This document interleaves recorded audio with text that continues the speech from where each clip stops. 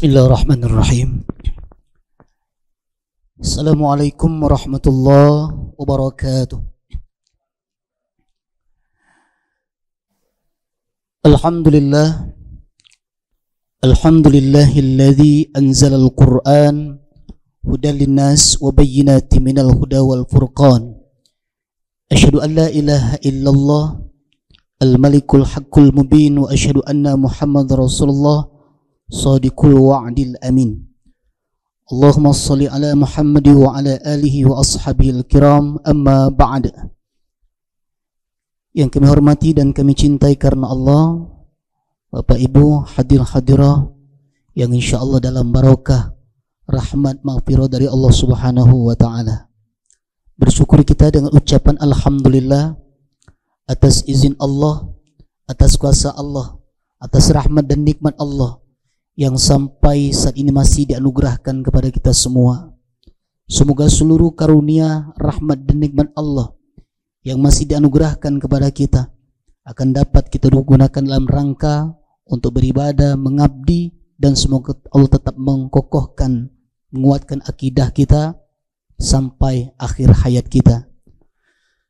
Salawat dan salam bagi teladan kita Nabi besar Muhammad sallallahu alaihi wasallam, sosok figur pemimpin terbaik pilihan Allah, khataman nabiyyin, penutup dari sekalian nabi. Semoga selawat tercurah pula kepada keluarga, zuriat, sahabat dan segenap pengikutnya hingga akhir zaman. Allahumma shalli ala Muhammad wa ala ali Muhammad.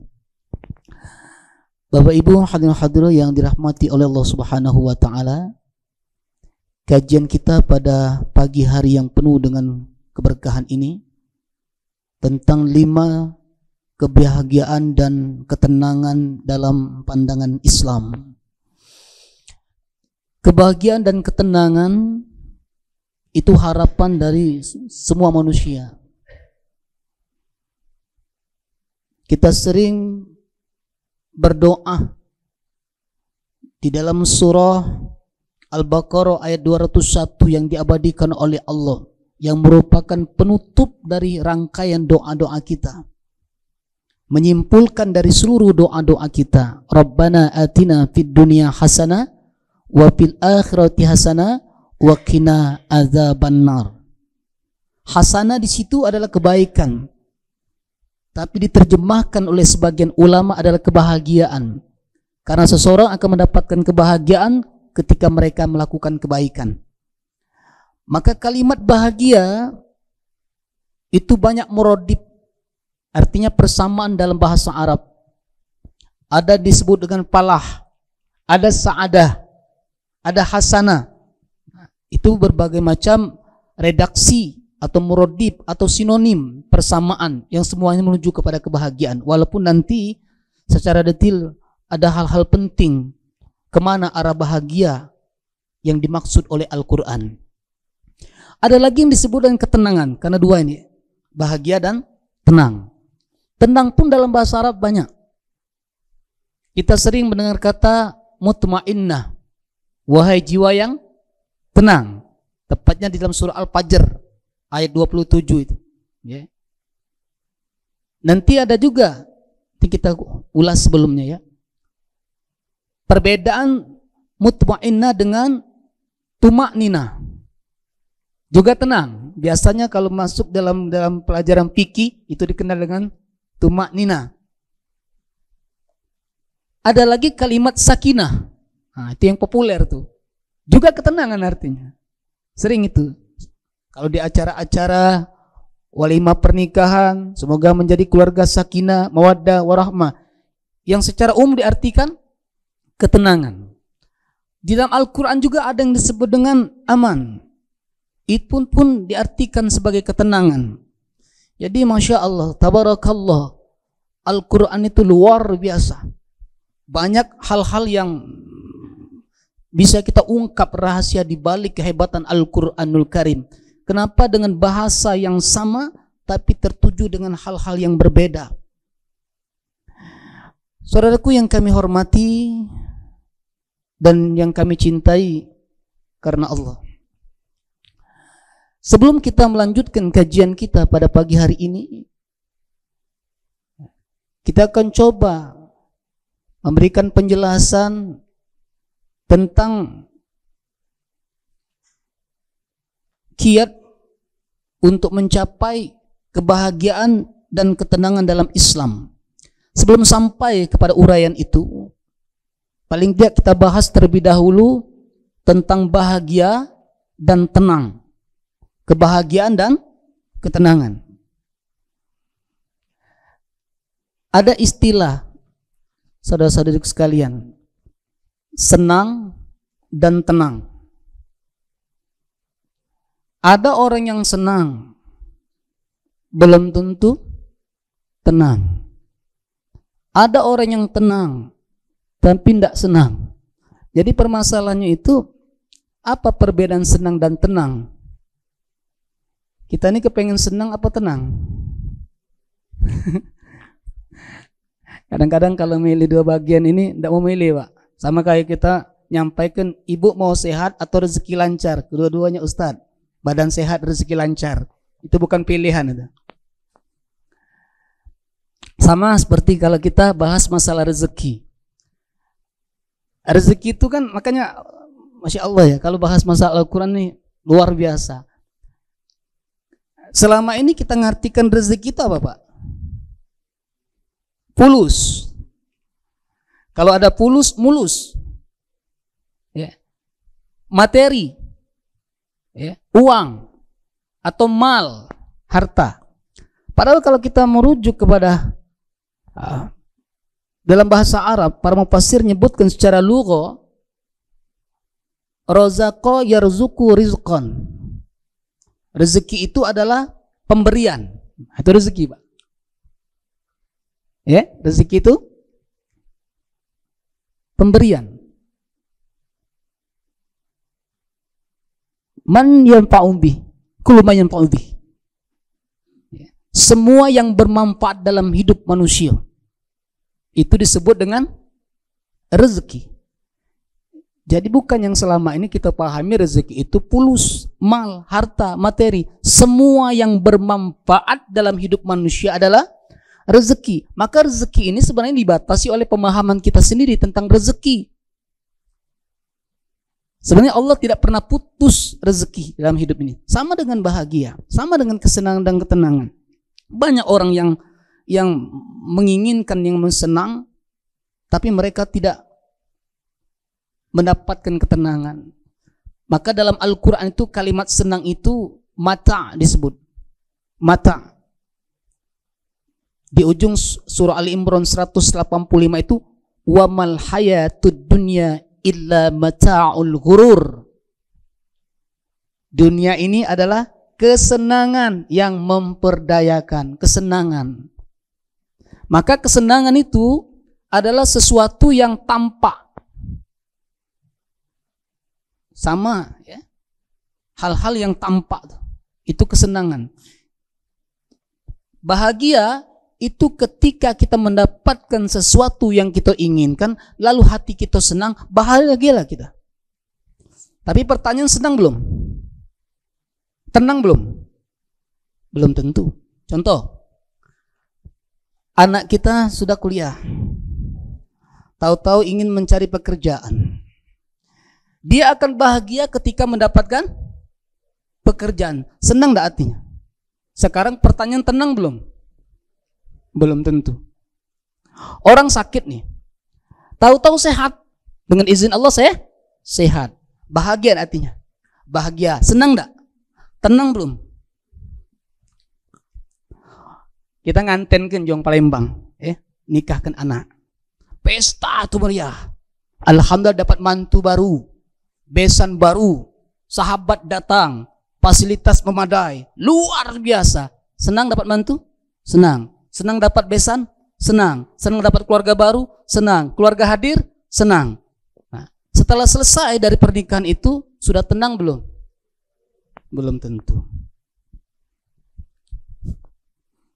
Ini Pak, jadi bahagia itu, ya, definisi bahagia itu kan banyak ya. Misalnya kita lihat nih dalam Al-Quran ya. Di dalam, sebelum kita masuk ke masalah ya, kiat-kiat mendapatkan kebahagiaan, ketenangan ya, kita bahas dulu bahagia dan ketenangan tadi kan, karena judulnya nih 5 kebahagiaan dan ketenangan dalam Islam. Yang pertama bahagia dulu ya. Kalimat bahagia ini banyak. Kalau yang kalimat bahagia sebenarnya itu misalnya di dalam surah Hud ya. Surah ke-11 ayat 105 yang ada kata-kata sa'adah, ya, bahagia itu sa'adah. Coba Ustaz silakan baca. Ya, ayat 105 surah Hud, surah ke-11.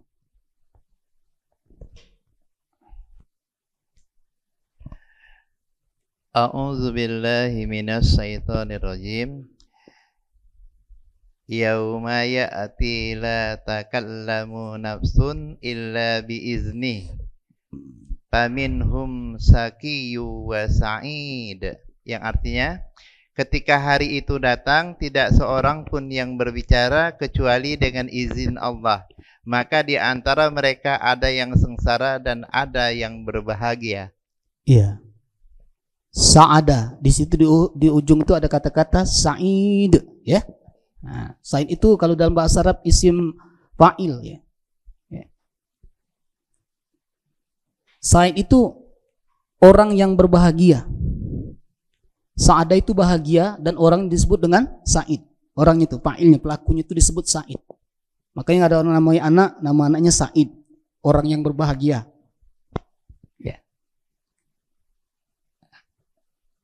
Bahagia ini para mufassir menyampaikan bahwa kalimat ketika ada kalimat sa'adah atau sa'id itu adalah kebahagiaan yang kekal. Kebahagiaan yang kekal, yang sesungguhnya. Jadi tidak ada seling-seli lagi, tidak ada selang-seli. Kan itu kan ayat itu ketika nanti di yaumil qiyamah ada yang bahagia dan ada yang celaka. Ya. Ada sa'ada, ada saqawah. Ada yang bahagia dan ada yang celaka. Kalau di dunia ini kan selang-seli. Ada saat kita bahagia, ada saat kita menangis. Ada saat suka, ada saat duka. Ada orang yang bahagia terus di dunia ini. Nah, ada yang menangis terus? Nah, selang-seli. Makanya di dunia ini kita akan menemukan yang namanya kekal itu. Nah, kalimat sa'adah itu kekal. Bahagia yang sesungguhnya. Lahir batin. Walaupun kita bisa menemukan, tapi agak sulit untuk menemukan di dunia ini. Kecuali nanti kalau dia digandengkan dengan kalimat yang berikutnya, ketenangan. Kalimat sadat ya, yang sesungguhnya. Kalau di kata yang lain, bahagia juga banyak sebenarnya, tapi tidak banyak lebar kami bahas ya, karena kita akan tertuju kepada 5 hal tentang bahagia dan tenangan. Ini sekedar permulaan awal, mukadimah awal. Ada lagi misalnya di kalimat palah. Palah juga kan bahagia juga, orang-orang yang bahagia. Tapi identik ini ya, kalau menurut para mufassir, bahwa ketika mereka mendapatkan apa yang mereka cari, baru dia akan mendapatkan kebahagiaan. Palah tuh. Ya, misalnya di dalam surah Al-Mu'minun, ketika mereka menemukan yang dicari mereka itu, menemukan cara-cara untuk mendapatkan ketemu, itu palah. Misalnya di surah Al-Mu'minun itu ada qad aflahal mu'minun. Beruntunglah aflahal mu'minun, beruntunglah orang-orang yang khusyuk di dalam solatnya. Lanjutan ayat berikutnya, ayat kedua ya. Qad aflahal mu'minun alladzina hum fi solatihim khashi'un. Nah, itu urutnya panjang tuh ya, surah Mu'minun itu. Di situ ada kata aflaha, palah.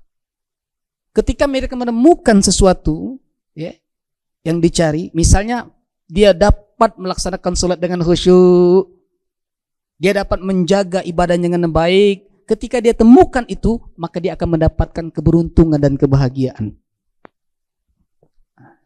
Kalimat seperti itu. Makanya banyak. Kalau orang azan, biasanya palah tuh. Kalimat falah kan yang muncul, yang kita artikan yang menang. Itu bahagia juga, menang, bahagia, sukses. Tapi tidak akan ketemu kalau tidak mendapatkan sesuatu yang kita cari. Ketika ketemu, baru kita akan mendapatkan kebahagiaan. Sama dengan orang ketika dapat jodoh baru bahagia, dapat pekerjaan baru bahagia. Ketika dia menemukan sholat yang khusyuk, dia baru bisa bahagia. Nah itu. Tapi tetap kalimat sa'adah itu kebahagiaan menurut mufassir ya. Itu kebahagiaan yang sesungguhnya. Makanya ada yang berikutnya lagi. Kita tidak saja memerlukan yang mau bahagia dalam hidup ini karena sifatnya kesenangan. Kita memerlukan ketenangan. Ketenangan ini bukan sebatas lahiriah, tapi yang dari dalam.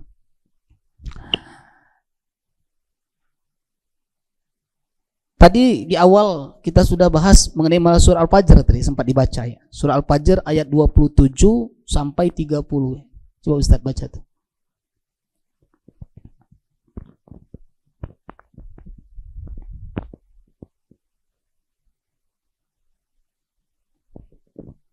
A'udzubillahi minasyaitonirrajim. Ya ayyatuhan nafsul mutmainnah irji'i ila rabbiki radiyatan mardiyah fadkhuli fi ibadi wadkhuli jannati.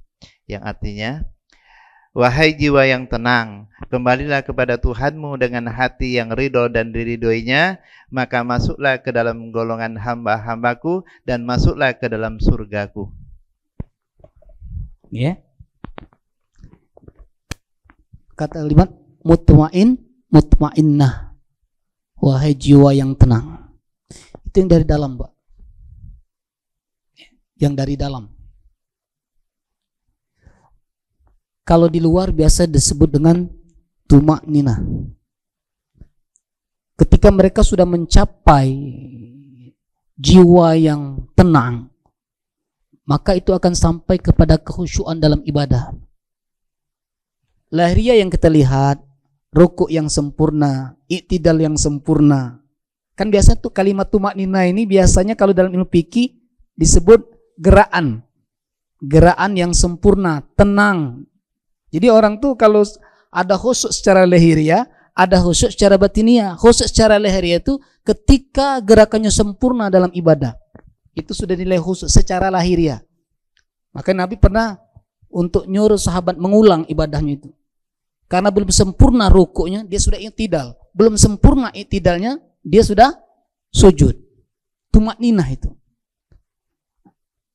Kalau dari dalam itu mutmainnah. Nah, mutmainnah inilah ketika mereka sudah bisa mencapai ketenangan, ya, yang tertinggi. Inilah yang akan mendapatkan setelah dia meninggal nanti mendapatkan keridhaan Allah itu. Yang dijelaskan di dalam surah Al-Fajr 27 sampai ayat ke-30 tadi. Karena orang yang tumakninah belum tentu bisa mutmainnah. Tapi kalau orang mutmainnah, mudah-mudahan dia bisa melaksanakan secara tumakninah dalam ibadahnya. Ini sebenarnya tertinggi nilainya. Ada lagi kalimat sakinah. Nah, sakinah ya. Nah, kalau sakinah ini di bawah sedikit. Kalau tadi mutmain itu agak tinggi nih. Sakinah ini kalau menurut Pak Mufassir, orang yang akan mendapatkan ketenangan setelah mengalami pergolakan. Jadi mengalami ujian dulu. Jadi Pak, kalau mengharapkan keluarga sakinah, mawaddah warahmah, harus diuji dulu, baru bisa mendapatkan sakinah. Tahu-tahu sakinah, Pak? Sakinah. Tidak bisa. Jadi sakinah itu, Pak Mufassirin mengatakan tidak akan mendapatkan sakinah kalau belum melalui ujian demi ujian. Nah, kita ini kan sudah lumayan berumah tangganya. Apa langsung sakinah? Alhamdulillah, kakek nenek ini agak nyaman, tenang sekarang. Ya. Dulu banyak perjuangan itu bisa mencapai sukses dalam rumah tangga itu. Nah, kalimat sakinah ini, misalnya ya, kita bisa buka di dalam surah Al-Fat, surah ke-48 ayat ke-4. yang ada kata-kata sakinah. Coba Ustaz, silakan baca.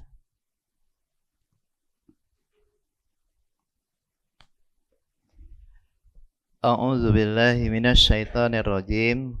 Wallazi anzala as-sakinata fi qulubil mu'minina liyazdadu imanan ma'a imanihim walillahi junudus samawati wal ar wa kanallahu aliman hakimah, yang artinya dialah yang telah menurunkan ketenangan ke dalam hati orang-orang mukmin untuk menambah keimanan atas keimanan mereka yang telah ada. Dan milik Allah lah bala tentara langit dan bumi, dan Allah Maha mengetahui, Maha bijaksana. Oke. Yang menambah ketenangan, menambah keimanan di samping keimanan yang telah ada. Allah memberikan ketenangan itu. Menurunkan ketenangan di hati orang-orang mukmin. Nah, ketenangan itu muncul kan setelah melalui ujian-ujian. Sahabat-sahabat Nabi itu kan banyak. Ya, yang dalam perang, dalam menghadapi musuh, ujian demi ujian. Nah, setelah mengalami berbagai macam ujian, rintangan, dia akan menemukan itu. Tidak bisa turun dengan sendirinya. Tumaknina dan mutmainnah tadi, ya, itu yang tertinggi. Jadi di bawah mutmainnah atau tumaknina tadi, di bawahnya adalah sakinah. Ustadz, bisa nggak kita nyampai mutmainnah dan tumakninah tadi dalam arti tenang lahir batin, ya, sehingga mendapatkan keridhaan dari Allah tadi?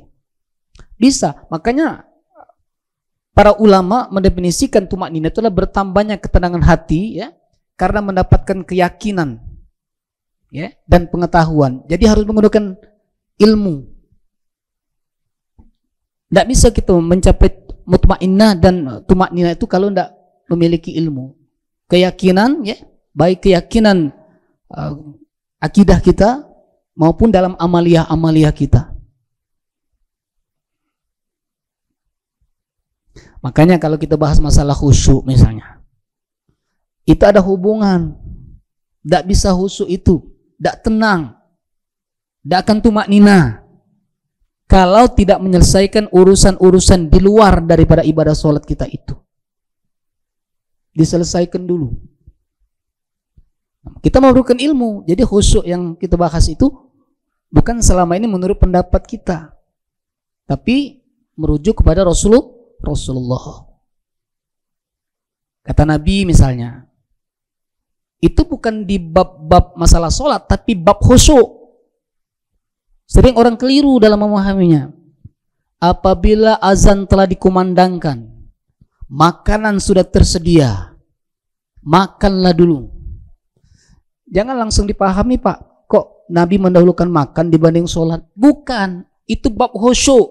Kenapa disuruh makan dulu? Azan berkumandang, makanan sudah tersedia, Nabi nyuruh sholat dulu apa makan dulu? Makan dulu. Kenapa? Itu bukan bab masalah sholat, itu bab khusyuk, supaya tidak terganggu konsentrasi itu dalam ibadah itu. Jadi sekalian kami hormati. Nah, yang di bawah itu sakinah, ya, memerlukan ilmu. Nah, ada lagi yang umum sifatnya, aman atau aman. Itu ketenangan kalau tidak ada lagi rasa kekhawatiran. Tenang dia. Kalau khawatiran sudah tenang, itu umum tapi sifatnya. Misalnya di dalam surah An-Nisa ayat 83 kalimat aman atau aman.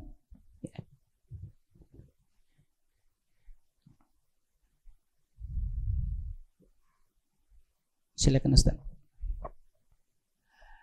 A'udzu billahi minasyaitonir rajim.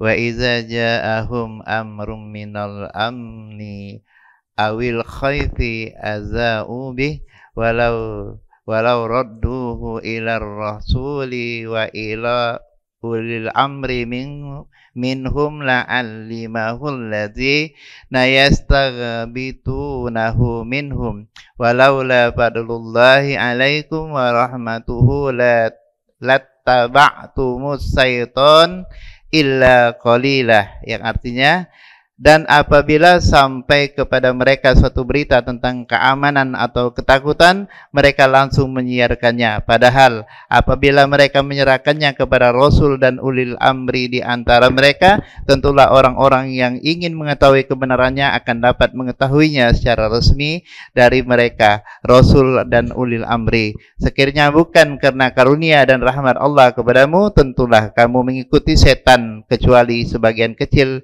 saja di antara kamu. Oke, ya. Itu ada kalimat aman. Ya. Aman itu juga para mufassir mentafsirkan itu adalah ketenangan juga. Tapi adalah keamanan. Tenang ketika mereka jauh dari rasa takut. Kan nyaman, tenang. Ya. Tidak ada khawatir itu. Tapi sifatnya umum. Jadi disimpulkan ada kalimat sa'adah, bahagia yang sesungguhnya. Di bawah itu ada kalimat falah, bahagia yang ketika kita menemukan sesuatu baru kita bahagia. Kemudian ada lagi kalimat tenang. Di atas tenang yang tertinggi, puncak ketenangan yang sesungguhnya mutmainnah atau tumaknina. Di bawah itu adalah sakinah. Sakinah itu ketika ada ujian, pergolakan baru bisa mendapatkan ketenangan. Di bawah sekali ada nama aman, tapi umum sifatnya. Ketenangan ketika merasa tidak ada khawatir lagi, baru bisa menjadi tenang dan nyaman. Nah, dua hal ini yang merupakan mukadimah awal, bahagia, senang dan tenang, itu kita perlukan dalam hidup ini. Untuk mencapai kebahagiaan dan ketenangan itu, demi Allah, kita tidak akan bisa mencapai itu kecuali kalau kita merujuk kepada Al-Quranul Karim. Maka pada pagi hari ini, dalam waktu yang sangat terbatas ini, paling tidak dapat disimpulkan bahwa ketenangan, kesenangan, kebahagiaan, ya, dunia dan akhirat itu akan kita dapatkan ketika hati kita terpaut kepada Allah. Di dalam surah Ar-Ra'du, surah ke-13 ayat ke-28. Silakan Ustaz baca, Ustaz.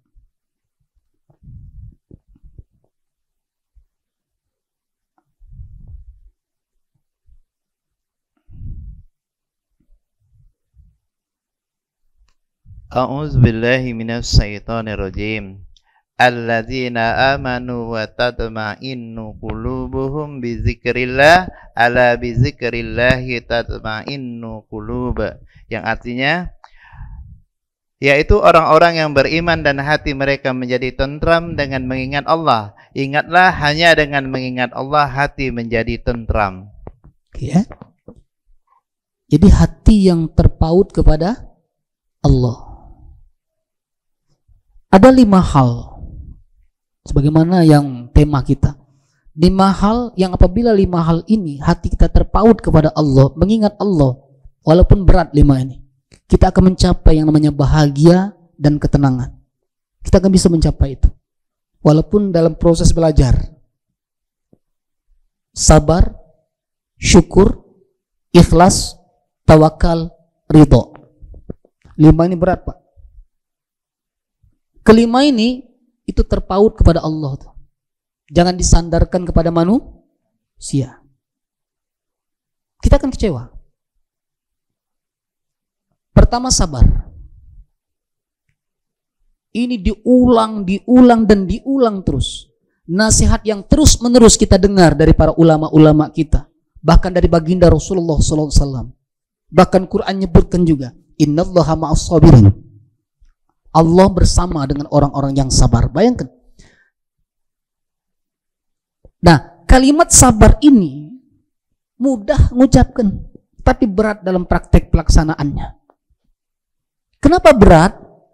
Karena hati kita ketika diuji oleh Allah dalam kehidupan ini, hati kita tidak terpaut kepada Allah. Memang balasannya besar, bahagia akan menanti kita. Surah Al-Baqarah 155, 156, 157 itu populer. Kalau di acara-acara takziah sering dibaca oleh para qori, para hafiz. Wa basyiri sabirin, berilah kabar gembira, alladzina iza asabathum musibah, kepada orang-orang yang ditimpa musibah, yang ketika mereka ditimpa musibah mereka mengucapkan qalu inna lillahi wa inna ilaihi raji'un. Kalimat ini bukan buah bibir. Tidak akan sampai kita mendapatkan ketenangan, kebahagiaan itu kalau hanya di bibir. Kesadaran batin. Dan kalimat itu juga bukan kalimat yang tertuju kepada kematian. Tapi kebanyakan kita ini kalau ucapan inna lillahi wa inna ilaihi raji'un tentang mati. Jangan coba-coba Pak Jong Palembang tuh, ada kawan kita sakit mengucapkan itu tersinggung. Kenapa kawan kita udah hadir majelis hari ini sakit Ustaz, innalillahi, belum mati Ustaz. Kita mengucapkan sakit innalillahi wa inna raji'un, tersinggung Bu. Itulah, padahal kalimat coba buka tuh panjang dari ayat 152, 153, 154, 155, 156, 157 berakhir. Kami akan uji mereka itu dengan kekurangan buah-buahan, ya kan? Kekurangan harta, itu artinya bukan kematian itu. Seluruh musibah kita disunahkan untuk mengucapkan inna lillahi wa inna ilaihi raji'un. Itu kesadaran. Makanya orang kenapa ketika diuji oleh Allah berat, karena dia merasa segala sesuatu dia yang miliki. Maka dia akan mencapai yang namanya kebahagiaan, ketenangan dalam hidupnya itu. Makin banyak musibah yang ditimpanya itu ketika dia tidak mau nerima, dan dia tertuju kepada Allah itu berat memang. Beri kabar gembira kepada orang-orang yang sabar, yang mereka mengucapkan kalimat inna lillahi wa inna ilaihi raji'un. Mereka sadar bahwa dulu mereka itu tidak ada di dunia ini, sekarang ada, nanti kembali tidak ada lagi. Lahir dalam posisi telanjang, mati pun dalam posisi telanjang. Kesadaran itu Pak yang membentuk diri kita. Oh iya Ustaz, kami dulu bukan apa-apa, sekarang atas rahmat Allah diberikan kedudukan, diberikan harta, diberikan pangkat jabatan ilmu, menjadi orang hebat, lalu akan berangsur-angsur dikembalikan. Dulu kita ini belum ada keluarga, malah kita sendiri. Lalu Allah datangkan rahmatnya, pasangan hidup, minta lagi dengan Allah, Allah datangkan keturunan. Sudah keturunan, mulai banyak keturunan kita, punya mantu, sudah punya mantu, punya cucung. Mulai banyak yang berhasil, ada yang jadi ini, jadi dan seterusnya. Berangsur-angsur mulai. Kita sudah mulai menua. Pangkat jabatan kita sudah banyak yang pensiun. Mulai berangsur-angsur, keluarga kita sudah banyak meninggalkan kita. Satu. Memang dulunya tidak ada kok. Sekarang ada dan kembali tidak ada lagi. Kesadaran itu bukan sekedar kalimat inna lillahi wa inna raji'un saja. Maka orang yang seperti ini, sadar seperti itu, yang membuat dia bahagia. Iya ya, satu-satunya cuma Allah tempat kita bernaung ini. Satu-satunya Allah tempat kita meminta. Kalau tidak ada Allah dalam hati kita ini, berat untuk mencapai kebahagiaan, ketenangan itu. Berat. Termasuk mendapati ujian itu. Kita kan enak ngomong baik Pak. Sabar ya, dapat musibah ya. Kalau itu tertuju kepada kita berat juga. Makanya seluruh orang itu tidak sama. Walaupun ujiannya sama, tapi yang menghadapinya berbeda. Si fulan meninggal keluarganya, si fulan meninggal keluarganya. Dua hal yang berbeda ini, berbeda mereka menanggapnya. Bergantung ilmu dan keimanannya. Padahal sama tuh ujian. Kenapa yang satu tidak sanggup? Yang satu lagi sanggup. Padahal sama kok. Ini bapaknya meninggal, si fulan bapaknya meninggal, sama-sama meninggal, tapi yang satu ngamuk-ngamuk, yang satu tenang, nyaman. Karena mengapa? Dia tidak menganggap hilang. Dia tidak menganggap hilang. Kenapa? Dia menganggap itu sekedar pindah tempat. Kematian cuma pindah alam Pak. Bukan kita anggap hilang dari peredaran, enggak, pindah alam. Pindah alam. Dengan alam yang berbeda dengan alam kita sekarang. Anggap saja Ibarat orang pergi haji, dia kloter pertama, kita nyusul kloter berikutnya. Ya duluan, nanti nyusul kita. Maka ulaika alaihim salatu min rabbihim wa rahmah wa ulaika humul muhtadun. Orang-orang yang sabar itu dia akan mendapatkan kebahagiaan dari Allah. Ketenangan, kebahagiaan. Karena 3 hal akan didapatkan tuh. Sholawat. Apa tuh sholawat? Para mufassir menafsirkan sholawat itu adalah keberkahan yang sempurna. Keberkahan yang sempurna, sholawat. Warahmah, kasih sayang Allah. Muhtadun, petunjuk. Tidak seluruh orang loh diberikan 3 hal ini. Keberkahan sempurna itu keberkahan yang sempurna. Berkah rezeki, berkah hartanya, berkah ilmunya, berkah keluarganya. Apa tuh berkah? Zaidul khair, bertambahnya kebaikan. Jadi harta yang banyak dan dikit itu bukan menandakan berkah, belum tentu. Ada orang yang harta banyak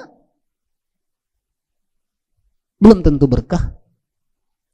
Ada orang yang hartanya dikit berkah. Karena berkah itu ketika diberikan oleh Allah nikmat, semakin dekat kepada Allah, itu berkah. Diberikan harta yang banyak semakin dekat kepada Allah. Kalau semakin banyak harta semakin jauh daripada Allah, tidak berkah. Tidak ada suatu kesedihan yang paling sedih dalam hidup ini selain karena dunia kita meninggalkan Tuhan. Makanya banyak orang yang ketika dia miskin jadi hamba Allah, ketika kaya dia jadi harta, jadi hamba harta. 1. Yang kedua, untuk mendapatkan kebahagiaan dan ketenangan dalam hidup adalah rasa syukur. Rasa syukur. Ingat kepada Allah. Baik dalam menghadapi ujian maupun dalam menghadapi nikmat. Nah, di antara 2 ini, antara syukur dan sabar, yang mana yang lebih berat? Yang mana yang berat, Bu?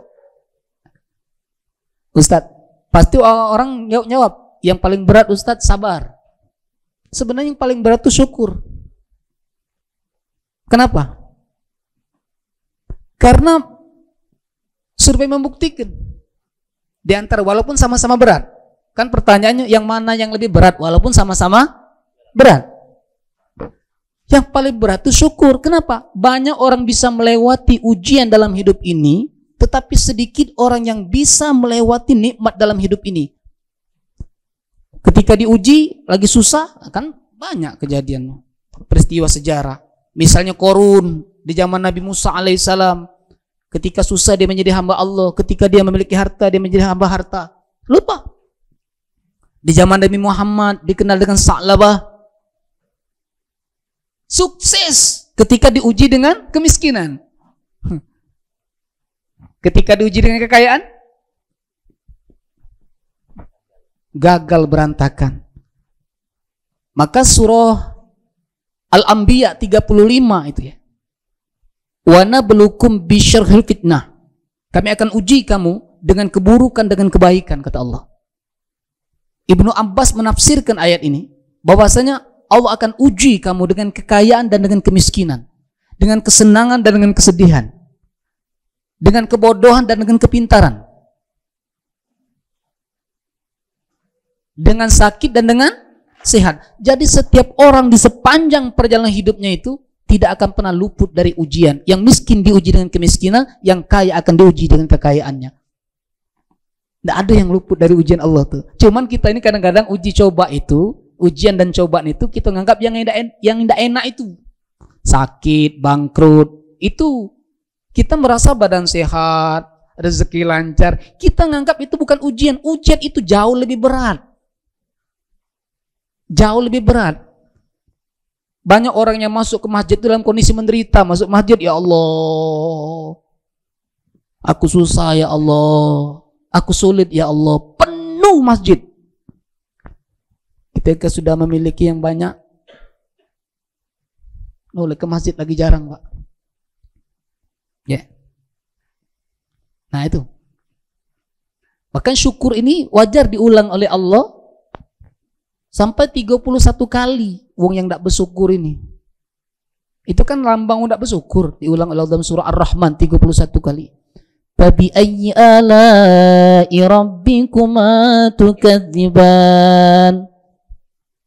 Nikmat mana lagi yang kamu dustakan? Kalau bahasa Palembangnya itu, lah banyak kunjut nikmat, tapi kamu ngatakan idah. Itu bahasa yang mudah dicerna, Pak. Lah banyak kunjut nikmat kata Allah, tapi kamu ngomongkan idah. Dikasih rezeki itu, alhamdulillah, caknya lancar hari rezeki. Jadilah daripada dak kati. Nah, dak bersyukur itu, Pak. Jadilah daripada dak kati. La ilaha illallah. Lah sudah ngomong, Pak. Karena saking luar biasanya Allah itu. Kalau kita mencerna, ya, ada sebuah cerita kecil, ya. Seorang masuk ke dalam masjid, ya, sholat duha. Kalau kita mau seuzon kepada Allah, mau tidak, ya. Tapi itu tadi cara kita menerima itu. Masuk ke masjid dia sholat duha. Kan rangkaian sholat duha itu tujuan salah satu supaya Allah memberikan rezeki, melancarkan rezeki. Kebanyakan seperti itu kan. Ya benar, Nabi juga seperti itu mengatakan kan dalam hadis-hadisnya untuk mempermudah, ya, dimudahkan oleh Allah rezeki itu. Berdoalah dia. Sudah sholat tahiyat masjid, sholat duha. Berdagang, Pak. Ya Allah, anugerahkan rezeki yang halal, yang berkah, wasian yang luas, ya Allah. Ya. Ketika dia selesai sholat duha, dia keluar, Pak. Begitu sudah keluar, ternyata di luar dari apa yang diinginkan. Harusnya mengharapkan untung yang besar, hari itu rugi dagangannya. Kalau tidak dicerna secara keilmuan dan kepada keyakinan, itu pasti nyala ke Tuhan enggak? Ya Allah, aku sudah usaha, ya Allah. Aku sudah sholat duha sesuai dengan anjuran Nabi-Mu, ya Allah. Kenapa ya Allah tidak kau kabulkan, ya Allah? Kan seperti itu. Sholat duha tadi 2 rakaat, kurang 2 rakaat, tambah lagi 2 rakaat lagi, 4 rakaat. Saking pengennya, tetapi di luar hasil yang dia ingin. Kalau tidak benar, saya sedikit suuzon dengan Tuhan. Akhirnya, Pak, pulang dia dengan hati yang lesu lah, gitu ya, Pak. Lesu lah keadaannya, hati yang lemah, ya. Takut, Pak, kalau istrinya marah. Begitu ngetok pintu, ini cerita hikmah, ya. Assalamualaikum. Assalamualaikum, ketakutan, Pak. Buka, waalaikumsalam, kata istri. Dek, aku nih kagak dulu, kata istrinya. Duduk dulu. Duduk, Pak, suruhnya duduk. Istrinya ke dapur ngambil air, Pak.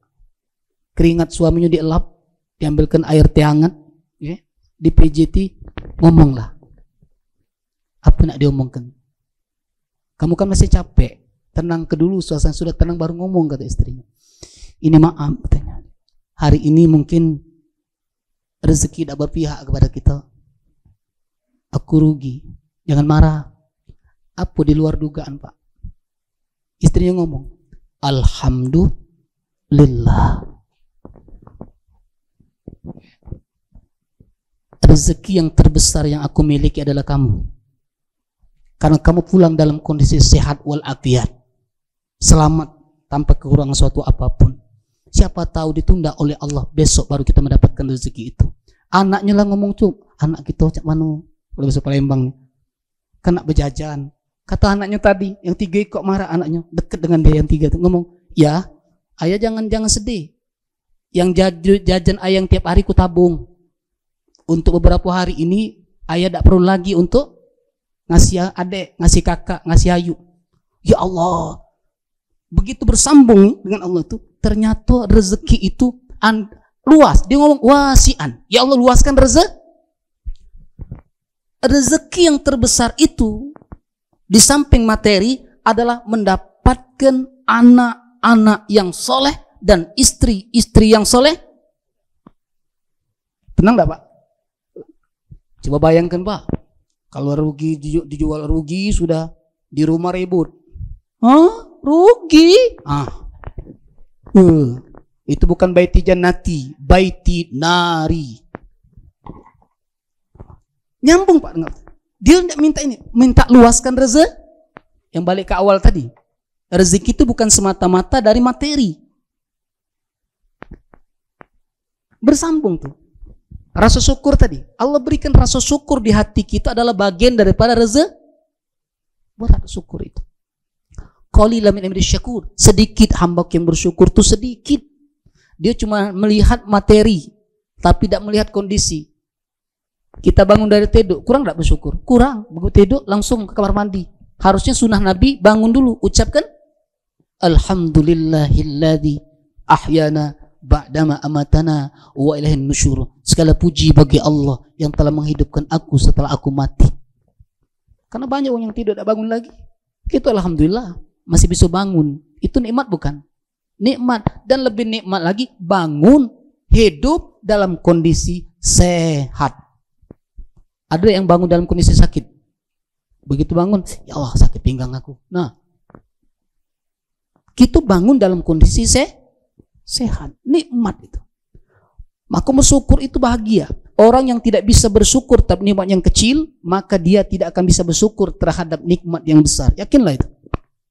Ngeluh Pak, dijuk besar, ngeluh, dijuk kecil, lebih lagi. Makanya syukur ini berat. Ya. Banyak yang melupakan Allah. Wa ista'azzana rabbukum la in syakartum la azidannakum wa la in kafartum inna adzabi lasyadid. Ini hafal kita. Bahkan kalau muqaddimah kata sambutan di MC itu keluar itu. Kalau yang dai perdana pemula ini hafal itu seluruh. Anak-anak malah hafal itu. Yang artinya apabila kamu bersyukur terhadap nikmatku, maka akan aku, itu terjemahan Pak. Terjemahan itu. Tafsir juga seperti itu. Tafsir sebenarnya ya, syukuri nikmat yang ada baru aku tambah. Beda tak terjemah dengan tafsirnya? Beda Pak. Nikmat yang ada lagi tidak disyukur, nak minta lagi. Nikmat yang ada tidak disyukuri, mau minta. Syukuri yang aku sudah siapkan, tapi syukuri dulu nih. Khawatir kalau sudah kebanyakan itu, khawatir nanti ingkar. Yang ketiga adalah keikhlasan. Orang akan bahagia dan mendapatkan ketenangan apabila dia ikhlas. Menarik Pak masalah ikhlas ini. Satu-satunya surah di dalam Al-Quranul Karim yang di ayat itu tidak ada ikhlas, tapi surahnya namanya surah ikhlas. Tapi surah yang lain itu begitu surahnya surah An-Nas misalnya, di situ ada kata-kata An-Nas, surah An-Nas, ayatnya Qul a'udzu birabbin nas, malikin nas, ilahin nas, dan seterusnya. Surah Al-Falaq. Surah Al-Falaq. Di ayatnya Qul a'udzu birabbil falaq min syarri ma khalaq. Ya, ada falaq. Di surah Al-Alaq kok, ya. Ada tuh. Iqra bismi rabbikal ladzi khalaq. Khalaqal insana min, ada. Di surah Al-Ikhlas Qul huwallahu ahad. Enggak ada. Allahus samad. Enggak ada. Lam yalid wa lam yulad wa lam yakul lahu kufuwan ahad. Enggak ada. Tapi disebut dengan surah Al-Ikhlas. Yang hebatnya ayat ini, sampai-sampai dalam sebuah riwayat ada seorang sahabat yang lazim membaca surat ini. Rekan pertama sudah Fatihah baca Al-Ikhlas, rekan kedua sudah Fatihah baca Ikhlas, sampai-sampai ada makmum yang protes. Ternyata makmumnya ada juga yang protes kalau sering baca ayat itu. Ngadu kepada Nabi, ya Rasulullah, ada seorang sahabatmu setiap dia ngimam pasti membaca surah Al-Ikhlas terus. Apa adalah surah yang lain? Padahal yang ngimam ini hafiz. Sahabat Nabi hafiz, tapi baca seperti itu. Ternyata ada juga yang protes. Dipanggil Rasulullah, antum membaca Al-Ikhlas Sementara jemaah ada yang protes, tidak ada surah yang lain. Ya Rasulullah, aku bukan tidak mau baca surah yang lain. Aku hafal. Terus aku cinta dengan surah ini, senang dengan surah ini. Kata Nabi, kecintaan dengan surah Al-Ikhlas ini akan mencapaikanmu ke dalam surga. Apa maknanya, Pak? Di surah Al-Ikhlas ini ada ketauhidan, Pak. Jadi yang selama ini kita definisikan ikhlas itu tak mengharap apa-apa atau tanpa pamrih, itu tidak tahu definisi dari mana itu, Pak.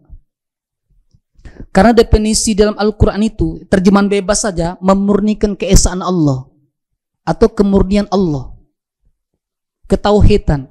Artinya orang ikhlas itu adalah setiap dia melakukan amal ibadahnya itu dia tertuju kepada Allah, berharap kepada Allah. Tidak penuh berharap kepada manusia itu. Makanya ayat berikutnya kenapa disambung dengan Allahu Samad? Allah itu esa, tauhidkan dia. Ikhlaskan hati itu.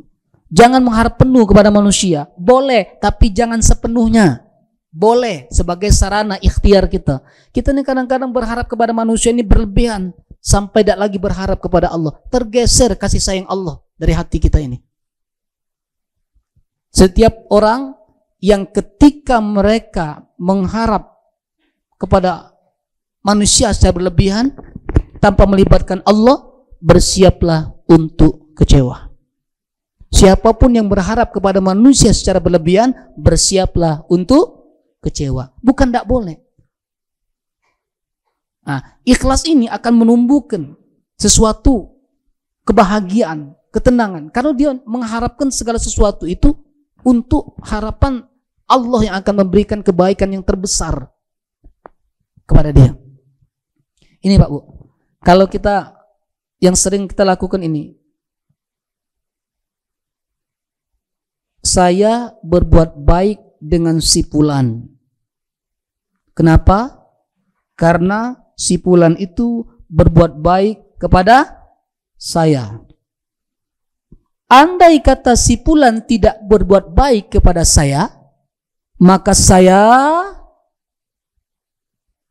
pertanyaannya, saya berbuat baik kepada si fulan. Kenapa? Karena si fulan berbuat baik kepada saya. Andai kata si fulan tidak berbuat baik kepada saya,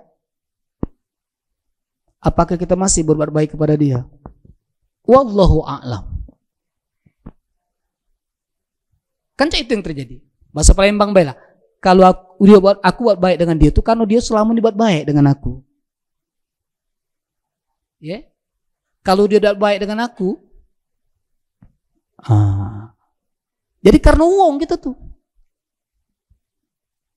Padahal tidak seperti itu kalau kita ini. Saya berbuat baik pada dia itu karena Allah sudah banyak buat baik dengan aku. Sehingga aku pacak berbuat baik dengan dia. Karena Allah sudah banyak memberikan nikmat kepada aku. Sehingga aku bisa berbagi dengan dia. Tanpa nikmat Allah, tanpa kasih sayang Allah, tidak bisa aku untuk melakukan kebaikan itu. Jadi kita mengharapkan manusia itu berat, Pak. Dan kadang minta sedekah pada kita mulai, Pak, ya, terkena.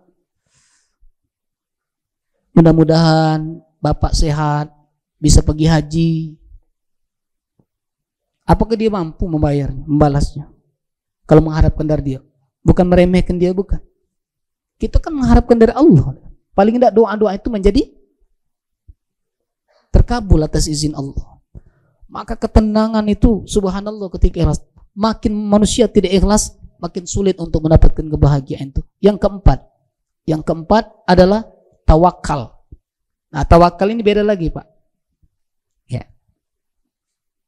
Nanti yang tawakal ini di dalam surah At-Tolak ayat ketiga, ya. Wa may yatawakkal 'alallah fahuwa hasbu. Ya. Siapa yang bertawakal kepada Allah, Allah akan mencukupkan. Nah, ketenangan itu tujuh kepada Allah.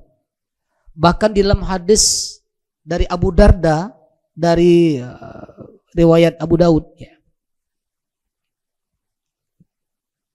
Apabila seseorang membaca hasbiyallah, kata Nabi, la ilaha illahu alaihi tawakkaltu wa huwa rabbul arsyil azim, pada waktu pagi dan petang, maka Allah akan menyelesaikan urusan dunia dan akhirat. Dicari, ternyata ini zikir ini, apa yang disampaikan Nabi ini terdapat di dalam surah At-Taubah, ayat yang terakhir 129. Coba Ustaz. Jadi ketika mereka tawakal, ya, tawakal ini kan beda dengan pasrah, Pak. Jangan salah, beda dengan pasrah, ya, tawakal ini. Kalau pasrah ini tidak ada yang dilakukan. Kalau tawakal, mereka berdoa, ikhtiar, setelah itu baru menyerahkan kepada Allah. Nah, tawakal nih, maka Allah akan mencukupkan itu. Dan setelah itu amalkan yang diamalkan oleh Rasulullah SAW. Sila Ustaz baca itu di surah At-Taubah 129 ayat terakhir itu. Surat 9 ayat 129 saya. A'udzubillahi minasyaitonirrajim. Fa in tawallaw faqul hasbiyallahu la ilaha illahu alaihi tawakkaltu wa huwa rabbul arsyil azim. Yang artinya, maka jika mereka berpaling dari keimanan, maka katakanlah Muhammad, cukuplah Allah bagiku, tidak ada Tuhan selain Dia, hanya kepadanya aku bertawakal, dan Dia adalah Tuhan yang memiliki ars singgasana yang agung. Itu pernah dibaca oleh Nabi. Itu ketemukan dalam hadis riwayat Abu Daud dari Abu Darda. Nabi membaca itu tuh. Membaca zikir itu 7 kali pada waktu pagi dan petang untuk menguatkan ketawakalan kepada Allah. Allah akan menyelesaikan urusan dunia dan akhirat. Keyakinan penuh dengan Allah itu. Kita kan sudah usaha, sudah berdoa, selebihnya baru tawakal. Yang terakhir ridho. Ridho ini lebih berat lagi. Ridho ini menerima segala ketentuan dari Allah itu. Kalau orang tidak bisa menerima ketentuan dari Allah, itu banyak Pak yang stres. Ya, stres, putus asa. Ya, banyak. Tapi kalau orang ridho, menerima ketentuan dari Allah itu, tadi terpaut hati itu kepada Allah tuh. Disambung terus dengan Allah, disambung, jangan pernah putus komunikasi dengan Allah. Kita saja Pak, sesama manusia ini, Bu, kalau kita bagus hubungan manusia ini, komunikasi terus, silaturahim terus, nyaman hidup ini. Makin luas pergaulan kita, makin luas komunikasi kita, makin nyaman hidup ini. Itu dengan manusia. Apalagi kita dengan Allah tuh, bersambung terus, tidak terputus. Andai kata kita tidak terputus hubungan kita dengan Allah, nah, insya Allah tuh dari mulai sabar, syukur, ikhlas, tawakal dan ridho, itu akan kita menemukan satu kebahagiaan yang luar biasa, ketenangan luar biasa. Jadi orang nyaman, anteng. Kenapa? Ada Allah. Jadi kalimat iyyaka na'budu wa iyyaka nasta'in kita baca 17 kali paling tidak dalam itu yang sholat 5 waktu itu. 17 kali kita baca paling tidak yang sholat 5 waktu itu. Ya. Itu bukan sekedar bibir.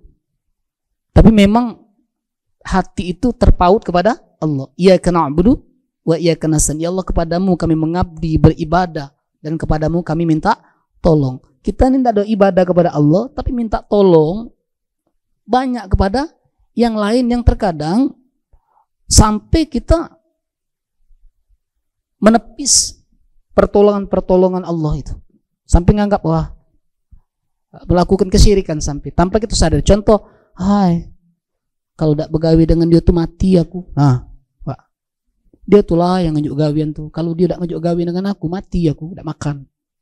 Salah tak kalimat itu Pak? Dia mengakui Allah yang ngejuk rezeki. Itu kan perantara saja, ikhtiar saja. Ya, ini saja yang ingin sampaikan. Mudah-mudahan ada manfaat dan hikmah bagi kita semua. Terima kasih, mohon maaf sekali lagi. Assalamualaikum warahmatullahi wabarakatuh.